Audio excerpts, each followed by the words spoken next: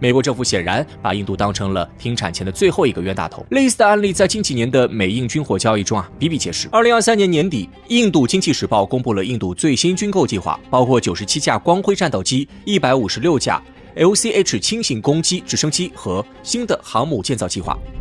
看惯了印度在国际军火市场上的大手笔这份采购清单的国产化程度高得让人不太适应。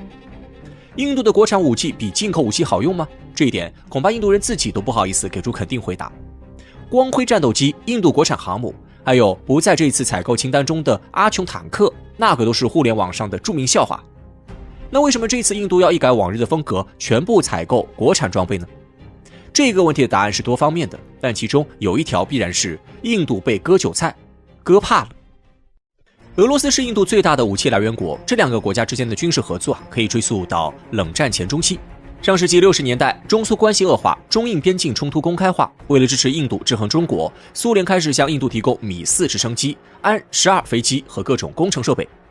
1962年8月，苏联又和印度签订了第一笔大规模军售合同，两国贸易中包含大批米格21战斗机，还有通古斯卡、黄蜂等多个型号的防空导弹，全都是当时的尖端武器。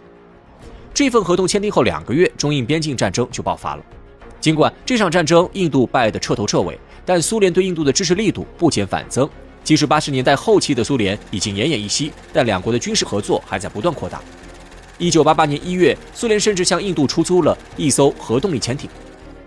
苏联解体后，俄罗斯名声凋敝，军火贸易成为其维持生计的重要手段。看着俄罗斯敞开的军火库，印度像是捡了个大漏，殊不知这时候俄罗斯已经做好了把印度往死里坑的打算。1996年，印度看上了俄罗斯的苏30战斗机，印度国防部与俄罗斯武器进出口公司签订了引进苏30的合同，合同价值18亿美元，包含40架该型战斗机。合同签订时，俄罗斯人告诉印度官员，俄罗斯将为印度专门打造适合他们的苏30 MKI 版本。不过产品升级需要不断摸索，因此每一批送到印度的战斗机都会有一些小差异。印度官员认为这样的升级方式合情合理，想也没想就答应了。仅仅过了半年，俄罗斯就送来了首批8架战斗机。印度空军高高兴兴地接收了这批战斗机，然而飞行员们坐上去后才发现这哪里是什么苏30这不就是换了涂装的苏27教练机吗？俄罗斯的骚操作让印度人傻了眼，但人家合同里说的好好的，谁也找不出反驳的理由。1998年，时任俄罗斯总理马科夫又一次找上门来，他告诉印度人，俄罗斯有一艘闲置的航母可以送给印度人，只要收个1美元的象征性价格，不过维修航母和添置战斗机的钱得印度自己出。这时候，印度自己唯一的维拉特号航母还是2战期间太空建造的，英国人用了几十年，印度买来后又用了几十年，早就不堪大用了。印度人一想这蛮划算经过一番谈判，他们在2004年跟俄罗斯签订了购买和维修合同。按照最初的合同，印度要支付9.74亿美元的维修费用，另以5.25亿美元购买16架配套的米格29K 战斗机，他们可以在2008年收到这艘航母。航母交付的时间一天天临近，俄罗斯却突然带来了一个坏消息，航母的部分图纸丢失了，部分设备需要重新设计，交付时间延后，维修费用也得再加点。几个月后，又一个消息传来，维修费用上涨，钱还得加。到2008年年初，维修费用累计上涨到了21.74亿，是原来的2倍多。印度起初不想付这笔钱，但俄罗斯国防部的官员表示，不想买也可以，但费用只退你4亿美元。任凭印度政府如何抗议，俄罗斯就是一分钱不加。无奈之下，印度在2009年1月派官员到莫斯科谈判，结果俄罗斯人告诉他们21.74亿也不够了，总共得29亿美元。想必印度这时候也知道自己当了冤大头，但是前期的钱已经付完了，不加钱就血本无归。最终，印度把维修费用提高到了23.4亿。2012年，这艘航母终于维修完毕，印度赶紧把航母接到了印度，名字改成了现在的超日王号。结果当年这艘航母就发生爆炸，8个锅炉炸了7个。2019年、2021年、2022年又接连发生火灾，基本一用就坏。俗话说，吃一堑长一智可印度在俄罗斯这里吃了这么多苦头，难道他们没想过换个武器来源吗？当然想过。与苏联相比，美国与印度的军事合作时间要稍晚一点，但合作的力度却一点不输于苏联。真正引起美国关注的还是1962年的那场中印边境战争。时任美国总统肯尼迪刚上任没多久，看到有一个国家可以牵制中国，他比赫鲁晓夫还要高兴。这场战争打到10月份，印度已经弹尽粮绝，所剩无几的外汇储备也不够尼赫鲁买几发炮弹的。山穷水尽之际，尼赫鲁向肯尼迪发出了求救信号。尼赫鲁的求救电报10月29号发送到白宫，11月1号，美国就空运来了第一批装备，外加一个军事供应代表团，方便以后印度向美国要武器。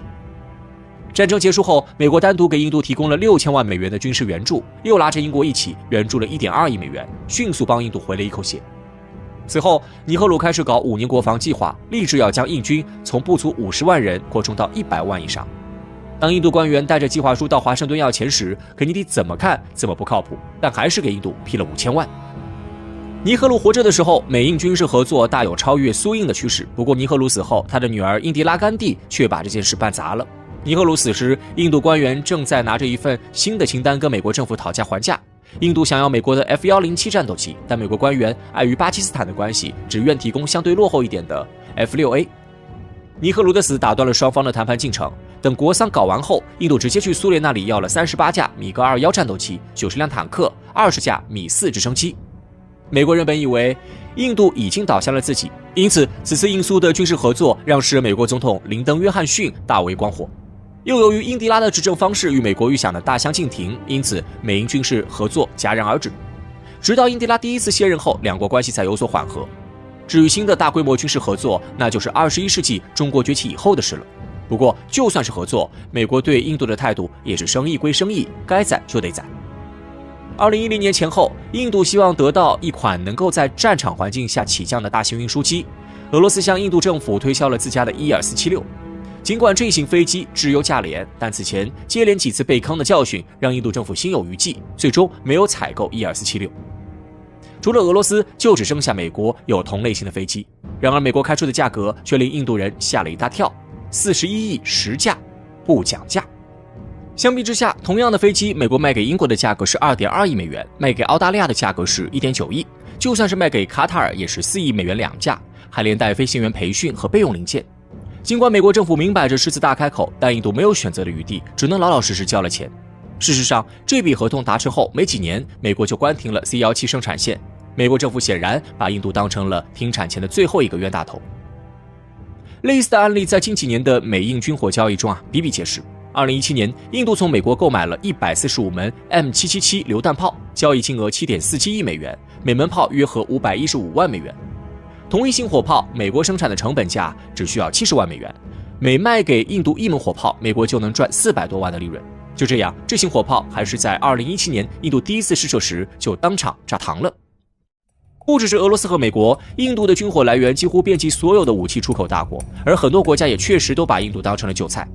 90年代末，中国曾经和以色列达成过一项装备合作，中国出10亿美元和原型机，以色列为中国制造4架费尔康预警机。受到美国的阻挠，这笔买卖最终没能做成，以色列准备的预警机设备只能放在仓库里吃灰。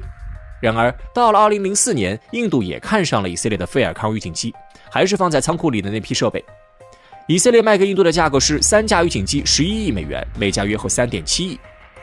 原本费尔康预警机事件搅得中国和以色列不欢而散，以色列人为此懊恼了好一阵子。没成想印度当了背锅侠，不但一点没亏，单价还翻了一番。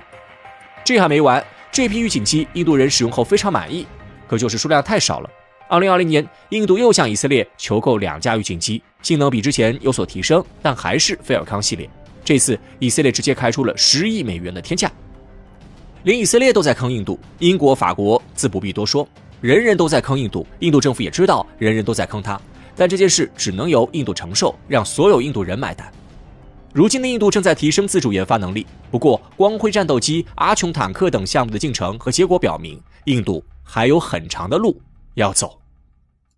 很少有人知道，真正资助哥伦布进行地理大探索的并不是某个欧洲的商人或财团，而是当时的西班牙王室。西班牙帝国迅速崛起又迅速衰落，至于今天，西班牙在许多人的印象当中已经沦落为了一个边缘国家。那么当初殖民地覆盖全球的西班牙究竟是如何崛起的呢？西班牙和它所代表的殖民体系最后又为何会迅速衰落下去呢？西班牙之所以会成为人类历史上的第一个全球性殖民帝国，其实也有许多偶然的因素。从客观上来说，西班牙根本无力与欧洲大陆上的其他国家进行竞争，于是他们只能将自己的目光投向遥远的大西洋。从文化上来说，西班牙和绝大多数的欧洲国家一样，这些国家都是海洋文明，非常注重商业的发展。一旦离开了商业，这些国家的财富也会出现断崖式的下跌。1492年，西班牙女王伊莎贝拉一世替本国寻找对外贸易的航线，接受了意大利人哥伦布提出的建议。其实，伊莎贝拉一世对于哥伦布的这次航行并没有抱什么希望。以往，西班牙也曾经进行过海外商路的开拓活动，但这些活动都以失败而告终。所以，对于西班牙王室来说，这次给哥伦布的投资也只不过是一次小小的尝试。哥伦布找到了新的航路，西班牙就可以获得发展的机会；反之，西班牙王室也不会受到太大的损失。但就连哥伦布自己都没有想到，在他出发以后，还真的找到了一片大陆。只不过当时的欧洲人误将美洲当成了亚洲，所以哥伦布抵达的第一个地方也被他们命名为了西印度群岛。在听到哥伦布描述了当地土著人的生存条件之后，西班牙人立刻就对美洲辽阔的土地和丰富的资源产生了觊觎之心。因此，西班牙王室派遣了大量的远征军团，化妆成商人与美洲的印第安人进行贸易，顺便打探他们的虚实。此刻，善良的印第安人大概不会预料到一场令人发指的殖民战争即将降临在他们生活的土地上。早在哥伦布发现美洲的第2年，西班牙王室就急不可耐地找到了罗马教廷，要求他们出面认证西班牙对于美洲的占领宣誓。教廷也很快就批准了西班牙人的要求。但是，西班牙人的这些动作却引起了葡萄牙人的不满，于是葡萄牙率先派出部队登陆了南美洲，占领了巴西等地。后来，西班牙为了缓解与葡萄牙之间的矛盾，做出了一个影响人类历史的重大决定，将地球分成东西2个半球。西班牙拥有美洲除巴西以外的所有领土，其他的区域则归葡萄牙所有。在与葡萄牙人商量完了之后，西班牙人也开始用阴险的手段夺取那些原本属于印第安人的土地。由于西班牙人的兵力根本无法与当地的印第安土著武装相提并论，所以西班牙人便以送礼的方式给印第安人送去了一些带有天花病毒的皮革制品。这些东西很快就在印第安人统治的区域里引发了大面积的瘟疫。无数的印第安民众在绝望中痛苦地祈祷，他们根本不知道这场大灾难并不是神灵的惩罚，而是欧洲白人带来的灾祸。在随后的几十年时间内，西班牙人通过几次大规模的战争彻底征服了美洲大陆。但与后世的美国人相比，西班牙人却没有将剩下的印第安人赶尽杀绝，因为西班牙人发现将这些印第安人作为廉价劳动力使用，对于他们来说更为有利。很快，西班牙的殖民总督就在美洲各地发布了所谓的种植园法令，每一个当地的土著成年男子都必须要免费为西班牙国王劳动大半年。在这段时间内，他们每天必须工作超过18个小时，伙食待遇与医疗保障也几乎等于0。与此同时，西班牙隔壁的葡萄牙由于几次失败的对外扩张，立刻就衰落了下去。有时候，西班牙也开始光明正大地打破当初的分界线，侵入了葡萄牙以往的势力范围内。1521年，西班牙殖民者直接占领了菲律宾群岛，从此以后，西班牙在亚洲也有了属于自己的殖民地。坦白的来说，虽然此时西班牙的殖民地还远没有后来的大英帝国辽阔，但它的殖民地已经遍布全球了。因此，西班牙也就成为了人类历史上的第一个日不落帝国。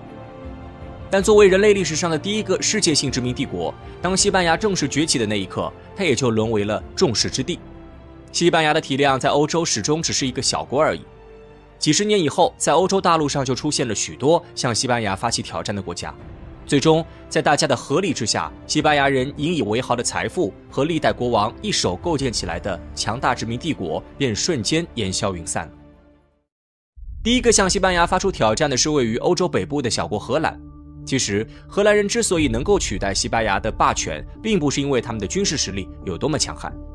与西班牙人相比，荷兰人的战船更加符合空气动力学的原理，而且他们的船也行驶得更快更稳，这就使得荷兰的商队逐渐抢走了西班牙人的生意。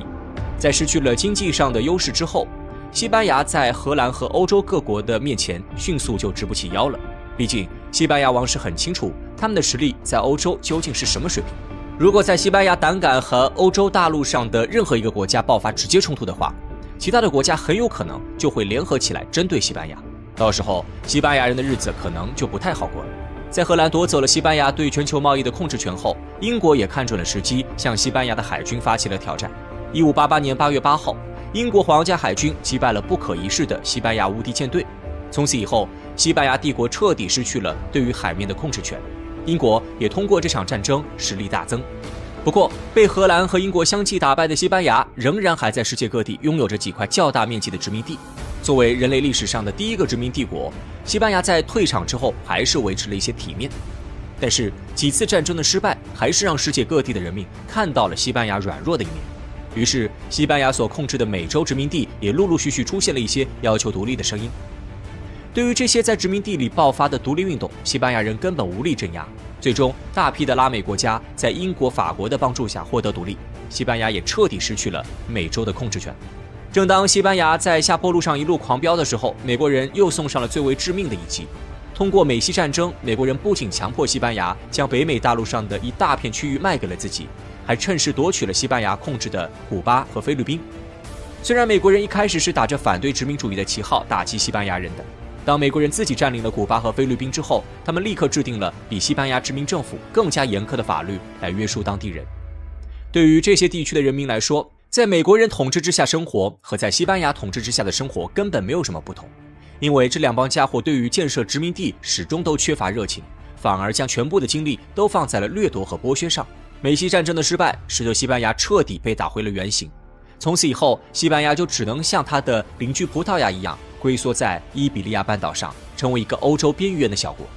虽然从经济层面上来看，西班牙和葡萄牙的经济还是要比东欧的波兰等国强上好几倍，